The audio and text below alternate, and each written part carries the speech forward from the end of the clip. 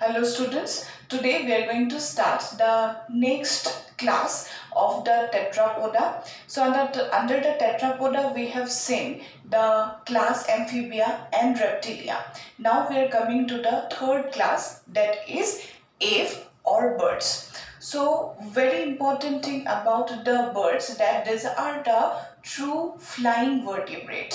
So that whenever this organism have to fly, they have to have some adaptation in their body so that they can decrease their body weight and they can properly fly. And that type of adaptation so that it can fly, so that it can decrease their body weight, that is known as volant adaptation. VOLANT, volant adaptation, or also you can call aerial adaptation. Now, if it comes to the aves, the body undergo a lot of changes. So what are those changes? We will see, so that it can give the organism a proper capability so that it can fly. Okay, so first thing you have to know that this aves for the first time in the tetrapoda become homeothermic. Earlier we have seen in the amphibia and reptilia, this group of organisms are poikilothermic animals. They cannot maintain the constant body temperature. But whenever it comes to the ave and mammal, these are the third and the fourth classes of the superclass tetrapoda, they are homeothermic animal. That means they maintain a constant body temperature, right? So let's just move to the general characteristics of the class ave. First thing, that about their body structure, they have a round head. In the head they have a big structure. That means here maxilla and mandible develop a beak, and this beak is devoid of teeth. As you can see, in case of the amphibia or reptilia, even in the fishes also, they have the teeth so that it can properly tear and it can catch a prey. But what happen in case of the aves? The teeth will carry a huge weight, and so that it has to fly, it has to decrease the body weight, the teeth disappear. And instead of the teeth, in case of suppose some carnivorous aves, their beak is so strong. Right, so this is important, you have to remember. If you see their body shape and structure, then they're going to have a head. So this head is round, and after that they have a neck, and that neck have huge extensible movable or rotatable neck, so that it can rotate their neck to a huge extent, if you see in case of owls. And they have a streamlined body. Their streamlined body means they have two pointed edges so that it can have minimum friction with the air and it can properly fly. So this is the first characteristics of the ave, that they have a round head, a movable neck and a streamlined body so that air friction can be minimum and this organism can fly. Next characteristic, see, they possess a beak and this is without teeth. So this organism, to tear or to catch, they don't have the teeth. So one thing you have to remember, that if it is in case of one group of organism that is missing link actually, that is Archaeopteryx. Archaeopteryx is just a crow-like organism who actually have some characteristics that resemble with a reptile and some of the characteristics that resemble with a bird. Now, what is that reptile? That's why actually Huxley, he was a scientist and he said that the aves, they're the glorified reptiles. Why? Because in the geological time scale, Jurassic period is the time where the reptiles get adapted and formed or actually evolved the aves. So what happened to the Archaeopteryx? Archaeopteryx share actually some common characteristics of reptiles and birds. Like in case of the this organism, they actually have the beak, which is the avian characteristics. But if you see the reptilian characteristics, additional to the beak, they also have the teeth. Right.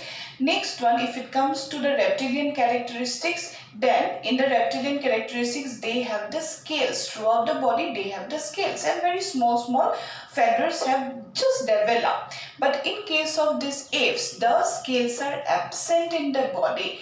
and the scales are present only in the hind limb. See, in case of the birds, they do not have the forelimbs. Forelimbs are modified to the wings. The hind limbs, which have the claws, this hind limb skin is exposed where basically we can see the scales, right? So this connecting link, which actually have the characteristics of reptile and the ape, that species is Archaeopteryx, which is still which is carrying the characteristics of both the two classes, which is not surviving. It is actually only in the fossil form. So that's why what we can call this is a connecting link. Rather, we can call this as the connecting link. What we can call it as a missing link. Remember that. This is important. Next one, see that these forelimbs are modified to wings, I told already. Next characteristic, that the skin is dry without gland except the prin gland. Now just see the body that is covered by already the different varieties of feathers. Different varieties of feathers are present in the wings as well as in the whole body. Different type of wings from the 6-7 types of feathers. Some type of feathers, they are very long contour and quill feather. That feathers give the organism to lock air inside it, and so that this organism can fly and decrease their body weight and can give little buoyancy. So this type of feathers are present. So as feathers are covering the upper part of the body, their skin is not exposed. So that's why what happened in their body, the skin is devoid of sebaceous gland or oil gland. Also we can call that this organism do not have the we can say the sweat gland. They are also absent. Instead what they have just a prin gland or oil gland. This is present on the lower posterior regions of the body, who actually release a type of oil, and that oil provide that organism a little oily feather, so that their feather do not get wet whenever they go to the water. Like in case of ducks, you know, they squeeze their lower part of or posterior part, and they actually spread that oil throughout their feather.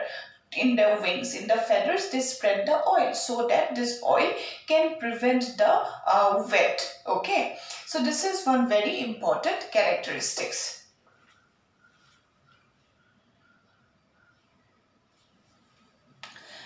Now come to the next characteristic. See that endoskeleton, this is ossified. Endoskeleton is ossified. What is the meaning of endoskeleton that is ossified? See, in case of our bones, the bones, you can see this is suppose a bone. This bone will have two ends. These two ends will be known as the shaft, and this long part that will be known as epiphysis of a bone. Now this end region where we have the shaft region, it has a bone marrow that is known as the red bone marrow, and in this long part, epiphysis part, they have another type of bone marrow that is known as yellow bone marrow. So what happened to this group of organism if that this organism are devoid of this yellow bone marrow? Instead, what they actually have some pores or air cavities, so that the organism can decrease their body weight. So this is one another volant adaptation by which they can decrease their body weight. They have some air cavities inside their long bones too. Okay, so in that type of bone where inside the bone some body cavities are present, that type of bones are known as pneumatic bone. Very much important. Remember that. What is pneumatic bone? Pneumatic bone means these bones which actually have some air cavities, air spaces inside their bone. Okay, so that characteristics is very much important. Now the next characteristic, see that their digestive tract, see in case of this organism, they don't have the teeth. So as they don't have the teeth, how this organism can grind their food, right? So what happened? They have two additional chambers. What are those additional chambers? These are the crop and gizzard.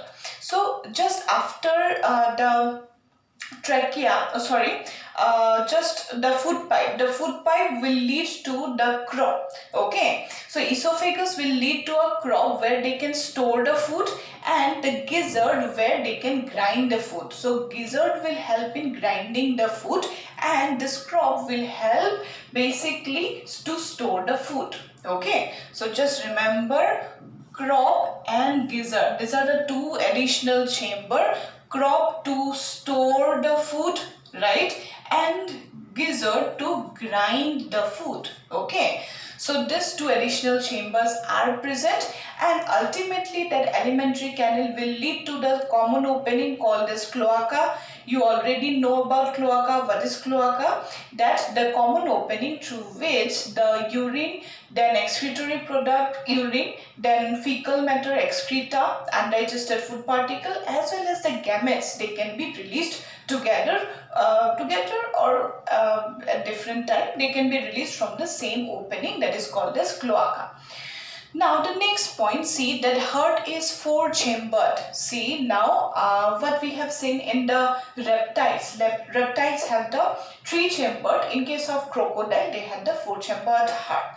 Now in case of the aves have four chambered heart. But here we have to know one thing, that in case of our heart, suppose this is our heart. Okay, so we have the two auricles and two ventricles, right? So this is the right auricle, this is right ventricle, and on the left side we have the left auricle, and here this is the left ventricle. We have the artery who actually carry the oxygenated blood. It will be left aortic arc. Okay, this is the structure of human heart or mammalian heart, that we have the left aortic arc or aorta. Okay, we have the left aorta. In case of mammals, we have the left aorta. But in case of the aves, what is present? That same aorta that actually is on the right side. So remember that this aorta is present on the right side, and this right aortic arc is present in case of the aves, and left aortic arc is present in case of the mammals. Okay, remember that. Now another very important thing you have to know about the birds, that these birds, they have the maximum RBC in per cubic millimeter. So that's why the blood of the ave, this is called as the richest blood. So why it is called as the richest blood? If you compare the samples of blood, suppose you have taken one container of 1 cubic millimeter each, and you just drop amphibian blood, reptilian blood, avian blood and mammalian blood, and you just count the RBC numbers, how many RBCs are present in that small 1 cubic millimeter container where you just put the blood, then you will see that the birds are going to have maximum RBC. If you see in case of human, our blood count in 1 cubic millimeter is 4.5 to 5 millions of RBC, right? In case of the aves, it is even more, right? So that's why that type of blood in case of the ave is known as the richest blood. Remember that. And what is the reason why the blood is called as the richest blood? Because in case of the ave, they fly high, isn't that? So in those areas where they actually fly, in that region they will have lack of or very less air will be present. So that's why what happened, they already have high amount of RBC, so that they can compensate in the high altitude how they can fly. Okay, this is basically for the transport reason. Now the next one, see, in case of them, the kidneys, they are metanephric. Kidneys are metanephric. Reptiles even develop the metanephric type of kidney. So in case of them, if that renal portal system is present, but it is underdeveloped. Renal portal system is not functional now. Now in case of this organism, they have three chambered structure. Then after that it will open to the cloaca. I told in the digestive tract itself that they have the cloaca. Now in case of the apes, they don't have the urinary bladder. They don't have the urinary bladder. Whenever the urine is produced, they have to release it. And why this is happening, why this urinary bladder is absent, the reason is that this organism have to decrease their body weight. So unnecessary some organs they have not to be present in their body. So whenever urine is produced, they will release it. What is the function of urinary bladder? Urinary bladder will store the urine for a long period of time. They can store urine. In case of mammals, in case of us, we can store the urine in the urinary bladder. Now in case of the apes, they don't store the urine. Whenever it is produced, that it will just removed outside by their body from the cloaca. So urinary bladder is absent, but yes, there is a bird, that is rhea. Rhea have the urinary bladder, and if you see the waste product, what type of waste product they are releasing, that is uric acid. This organism take very less water. Okay, if you take more water, the body weight will increase, isn't that? So in case of the apes, they take very less water so that their body weight can be decreased. So in case of them, the water consumption is less, and in case of those organism who consume less water, their waste product is uric acid. So in case of them, they are uricotelic organism. Now the next characteristics, that they have 12 pairs of cranial nerve. From which organism 12 pairs of cranial nerve have started to originate? It is from the reptiles. Reptiles have 12 pairs of cranial nerves. Apes also have 12 pairs of cranial nerve, and mammals, yes, we do. Next one, see, in case of the apes, the sensation. If you come to the sensation, then in case of them, olfaction, that means the power of smell is very less. They cannot, or they can smell very less, right? Next one, their ear represented by the tympanum. Like us, we have the external ear. This is the outer part. This external ear, pinna, is not present. So their ear also will be started from the middle ear, and they will have the internal ear. So what is the flap of the front region of the middle ear? That is the tympanum. So they also have the tympanum. Even the reptiles also have the tympanum, who represents the ear, and even in case of the frogs, amphibians, they also have the middle ear and internal ear. So the opening of this middle ear, in case of us, it is the tympanic membrane, or the eardrum. In case of them, what we can call tympanum, right? Remember that. Now next one, next characteristic, see, tympanum, remember that they will have only two parts, that is middle ear and internal ear. They do not have the external ear, the pinna and external auditory meatus, that is not present. Whenever we come to the mammals, I will give you what is that. But in case of the apes, the organisms, they don't have the external ear. Their ear is represented by the tympanum. Now the next characteristics, that in case of the apes have the nictitating membrane. Nictitating membrane is present. Like on the corner, I told already what is nictitating membrane. So nictitating membrane is functional in the apes. Next characteristic, a very unique characteristics, that in case of them, a comb-like structure is present on the eye, just in front of the blind spot, that is known as pecten. Okay, so pecten is actually one structure who transport the blood into the eye. It is present just above the blind spot of the eye. Now what is blind spot, what is those structures, all of these things we will see in detail whenever we'll come to the nervous system or neural control and coordination. We have to see the structure of the eye, but for now you have to remember that in case of their this organism, their eye possesses a structure called pecten, and pecten is present above the that blind spot, right? Now the next one, yes, one thing you have to know, this pecten is absent in one bird, that is kiwi. Now the next one, that they will have the aerial adaptation, right? Volant adaptation, they have to decrease their body weight. Now some additional chambers, some cavities, some balloon-like structures are associated with the lung. What is that? They are known as the air sacs. So they will have this is suppose the lungs, right? So these are the two lungs. Understand?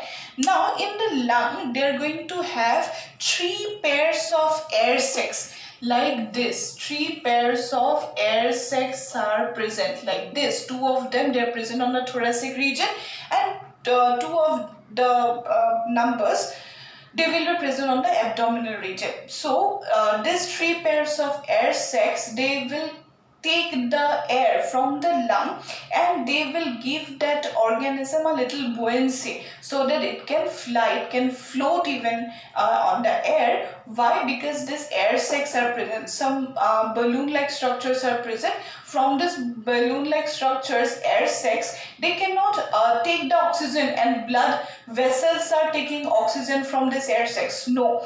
So this air sacs will only have one function. What is that? To decrease their body weight. Right. In case of them, this air sacs will not at all going to help in air exchange.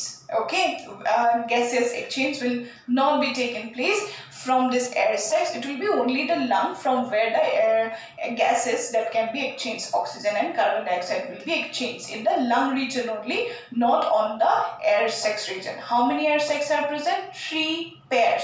2 of the pairs, they are present on the thoracic region, and 1 pair it is actually projecting to the abdominal region. Okay, remember that. Next one, that in case of them, the pulmonary respiration, our air sacs is present. Next important characteristics, that in case of them, syrinx is present. See, our vocal sound, we can produce the sound with the help of this structure. Our sound box is the larynx. Larynx is present just above the trachea. See, suppose this is the trachea, right? This is the trachea. This trachea will bifurcate. These are known as the primary bronchi, and it will carry this oxygen to the lungs, right? Now just above this region, that means just whenever this air sac will be started, whenever this trachea or this air pipe, windpipe will be started from this region, we are going to have the larynx, which is the sound box, right? So our sound box is present here whenever our trachea will be started. So right just above the trachea, we are going to have this sound box, larynx, from where the air will pass, go to the windpipe, and it will go to the this bronchi, and after that it will go to the lungs. Okay, this is for us. Now, in most of the organisms, this larynx will not be present. Larynx is not present because it is one also additional organ who can increase the weight. Yeah. So in case of them, what they have, see, some of the birds, they can sing. Isn't that? We have seen a lot of singing birds. Isn't that? Cuckoo. Now, in case of these birds, if they don't have the sound box, how they can able to produce the sound? Isn't that? So it is because of another organ which is present on the actually junction where the trachea bifurcate into 2 primary bronchi. In this region, they are going to have one sound box like structure. This is known as syrinx. Okay, and that syrinx will help in producing the sound. It is coming actually from beneath. So whenever you see one bird is singing, they have to stretch their neck to produce sound. Isn't it? Because it is coming from beneath. Okay, what is that organ? That is the syrinx. Remember, in case of singing birds, they have one organ that can produce a sound, that is known as syrinx. Otherwise, the birds do not have the organ that can produce the sound, larynx. Larynx is specifically present in case of the mammals, right? So in case of them, syrinx is not present. Now come to the, syrinx is present but larynx is not present. Now the next characteristics, that the sexes are separate and internal fertilization, they will be oviparous and they have direct development. Now the thing is, one very important characteristics I need to tell you, that their ovaries, right ovaries, they are reduced, and left ovaries, that only during the breeding season dysfunctional. Left ovary is only functional whenever it comes to the breeding season. Right ovary, it is completely absent. only one ovary is functional. They can produce the ova so that they can decrease their weight, right? The next thing, that they will have internal fertilization. Yes, internal fertilization are there. See, in case of them, they have the cloaca. But yes, male possess some type of copulatory organ, one channel-like structure, one tube-like structure, who can actually project into the female body so that they can deposit the male gamete into the female's body, right? So in case of them, they have an internal fertilization, and yes, these organisms, they're egg-laying organism. Eggs are also covered by the shell, so they have the calcareous shell around the egg, and their yolk amount is very high, right? So that type of egg where the yolk amount is very high, that type of egg is known as the macrolecital egg, right? The next one, that they have the direct development, they don't have any larval stage, right? Now, in case of the aves, some additional structures I need to tell you, that their structure, their body structure, so that they can decrease their body weight. Let's just see what is that.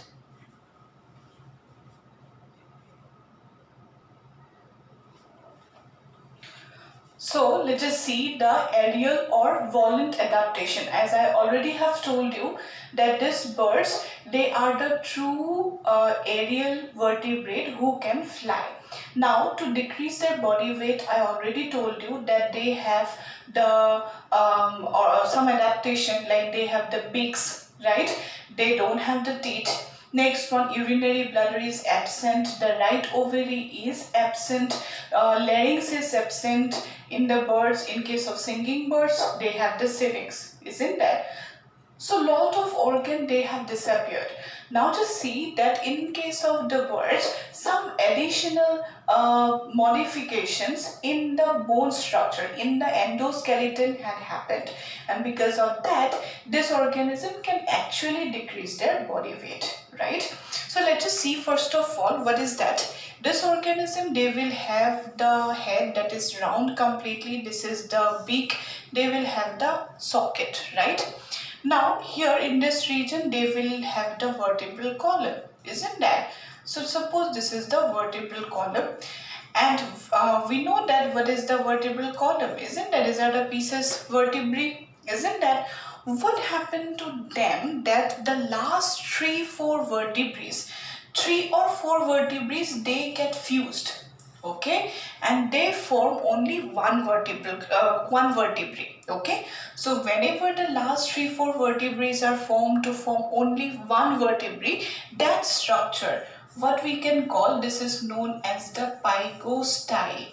Okay, remember what is pygostyle? That is the last 3 to 4 vertebrae, okay? Vertebrae, they are fused, okay, and it fused to form the pygostyle, right? So this is one very important adaptation in the endoskeleton. Second very unique thing I need to tell you, if you see the bird, then one thing you have to know, that here in this region we have this collarbone on either side. What we have? Collarbone, right? So that collarbone also we can call, this is beauty bone or collarbone, isn't it? So what is that bone actually? This is known as clavicle, right? So in case of us, we are actually flat organism, right? So we have dorsoventrally flattened body, isn't that? That means the ventral side and the dorsal side, we are compressed from both the sides, isn't it? We are flat organism. Now in case of them, they have to fly, isn't that? So if they have to decrease their that friction with the air, they have to have minimal aerial connection so that they can meet less air, and friction could be less, isn't that? So that's why what happened to their clavicle? Clavicle is not flat, rather it is V-shaped, okay? So clavicle in case of us is like this, isn't that? In case of the birds, it is V-shaped, okay? And what we can call, and V-shaped furcula, that V-shaped clavicle is known as furcula, okay? If you see the bird, suppose the bird here, it is V-shaped, okay? this is the bird. If I need to show from this region, then their furcula, that means the clavicle, in case of us, we have the clavicle like this and this, okay. In case of them, this clavicle is like this, okay. So they are going to have this V-shaped furcula. So I have shown only one part, the another part will be on the another side.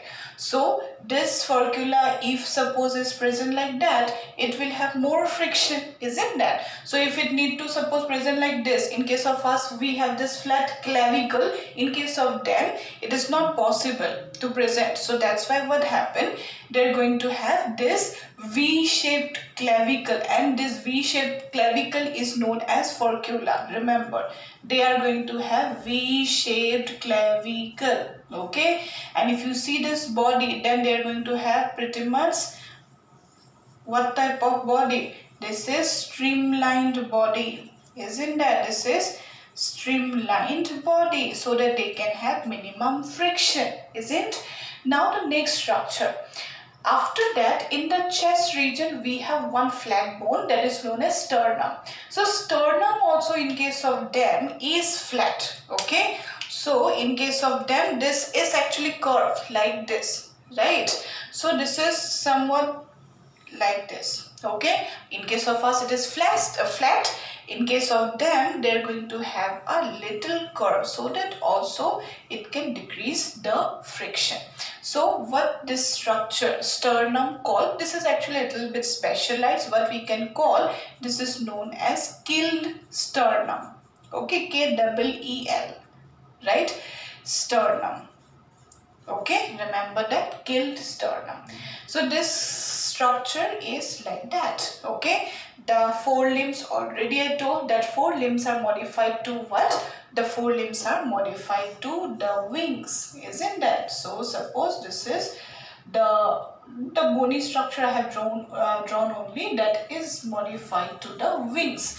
And what happened to this? This is the hind limb, and yes, this hind limb will have the sharp claws, okay. So this is the hind limb, right? And this hind limb will have sharp claws. And one thing you have to know, that if it comes to one very important line, that the birds are glorified reptiles, okay. What is the meaning of glorified reptile? The organism, reptiles, they modify, they adapt, okay, they evolve to form the birds. And that sentence, that actually line was said by one scientist, Huxley. So what is the meaning? That these birds actually are evolved from the reptiles. So as a reptilian characteristics, what they have, that the hind limb, this hind limb region, this hind limb will have the scales, okay. So scales are not present throughout the body. The scales will be present only in the hind limb region. Otherwise, if you see this whole organism, then in the whole organism's body, this is covered by the different type of wings. They are known as the their wings, as well as throughout the body they have feather.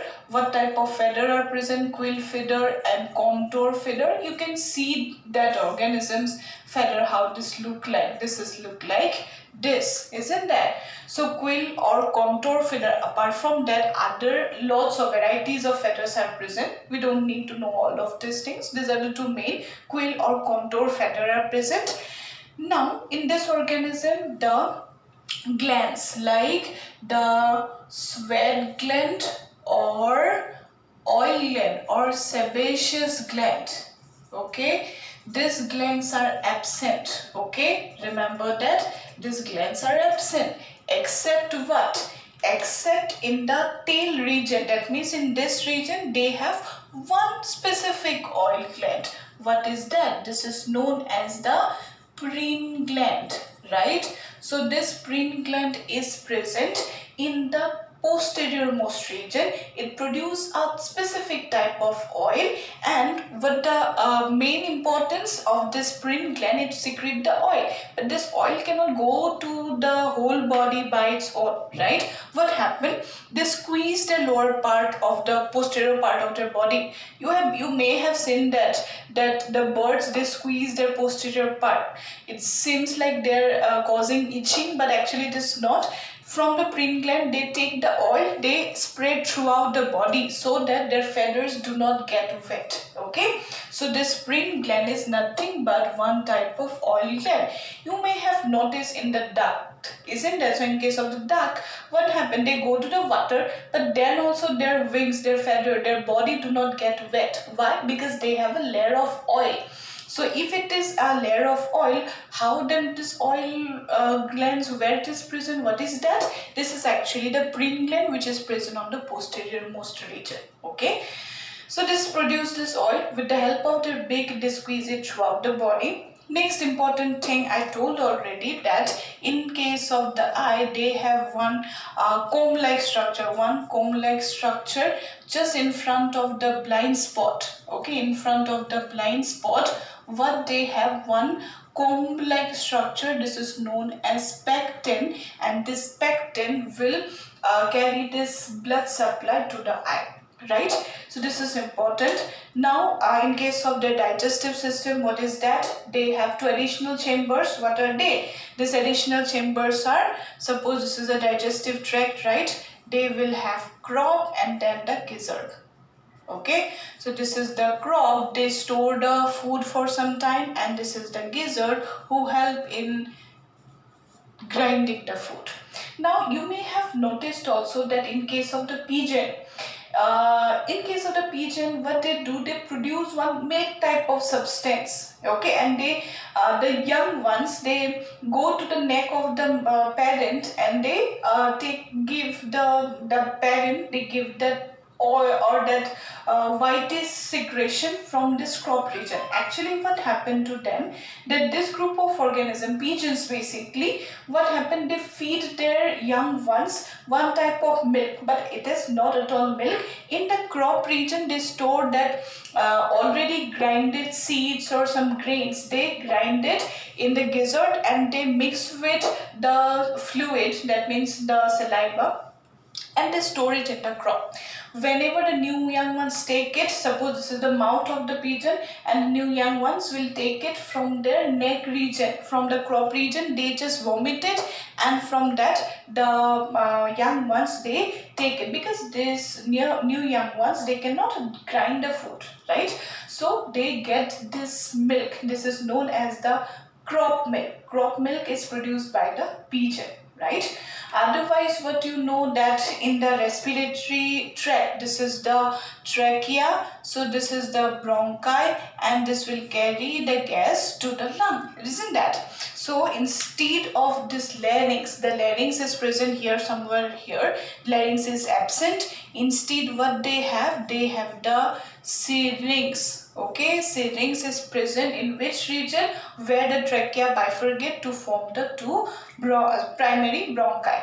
And the next thing, that in case of their lung, the lung will be provided with what? Some air sacs, and those air sacs, what we can call it, these are known as the air sacs. Okay, these are the air sacs itself. Two of them, they're thoracic, two pairs of them, they're thoracic, and one pair is abdominal air sacs, who do not help in the gases exchange. Rather, it just take the air inside it so that it can decrease their body weight. Next thing about their bones. The bones are pneumatic, right? These bones are pneumatic, and why we call it as the pneumatic bone? Because this long bone, you can see that long bone have two parts, the end parts. Okay, this is known as shaft. Okay, and this one, this is known as epiphysis, right?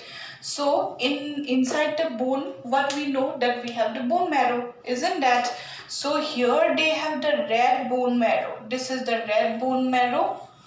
Okay, so red bone marrow will be present. So this is the red bone marrow it will be present. Okay, it can produce the RBC, and this RBC, they are going to have maximum RBC. This blood is called as the richest blood. But in the long bones, in this regions also, okay, so inside that bone, what you have, this is the matrix on either side, and inside they will have a yellow bone marrow where the adipocytes, they can store the fat. Okay, so this is the yellow bone marrow. Okay, so this yellow bone marrow, it is not present, where actually the fat deposition occurs. In case of us, in case of mammals, we have two part, that is yellow bone marrow and red bone marrow. Red bone marrow will produce the RBC, WBC platelets, and yellow bone marrow will store just the fats, right? So in case of them, what happened, this yellow bone marrow part is absent. Instead, they have this air cavities, right? So this part will have the cavities. Okay, and as this is one adaptation, this is known as pneumatic bone, right? So these are the different aerial adaptation. This is the whole thing. You have to know how many points you can find. You just find it and write one important question, that is, what is aerial or volant adaptation? Okay, and who said these birds are glorified reptiles? He was Huxley. Okay, and one thing you should know, that there is a missing link between the reptiles and the birds. What is that? That is Archaeopteryx. Okay, Archaeopteryx, who have the connection of reptile. They have some reptilian characteristics as well as some avian characteristics. But this Archaeopteryx is found only in the fossil form. They're not found in nowadays. It's not surviving. It is found, it is extinct already, found in the fossil form, as it is carrying the characteristics. Reptilian and avian characteristics are same. So yes, it is a connecting link, but it is found only in the fossil form. So that's why what we can call it, this is known as the missing link. Okay, remember that. So this is known as a missing link. What is that species? That is Archaeopteryx. One thing you need to know, that the study of birds, is known as ornithology. Okay, remember that. Ornithology. Ornithology is the science that deal with the study of the birds. And one very famous Indian scientist, he was the father of ornithology in India, you can say. What his name is, this is Dr. Salim Ali. Okay, he explained a lot of mechanism. He studied on the birds. His whole life was dedicated on birds. His name was Dr. Salim Ali. Now other things like who is the heaviest bird, who is the living non-flying or flightless birds, who is the smallest bird, all of these things I will provide you in the PDF attachment format. So this is all about the birds. Hope you have understood. Some additional things I will give you. So that's all about the birds. This is more than enough. That's all. Thank you.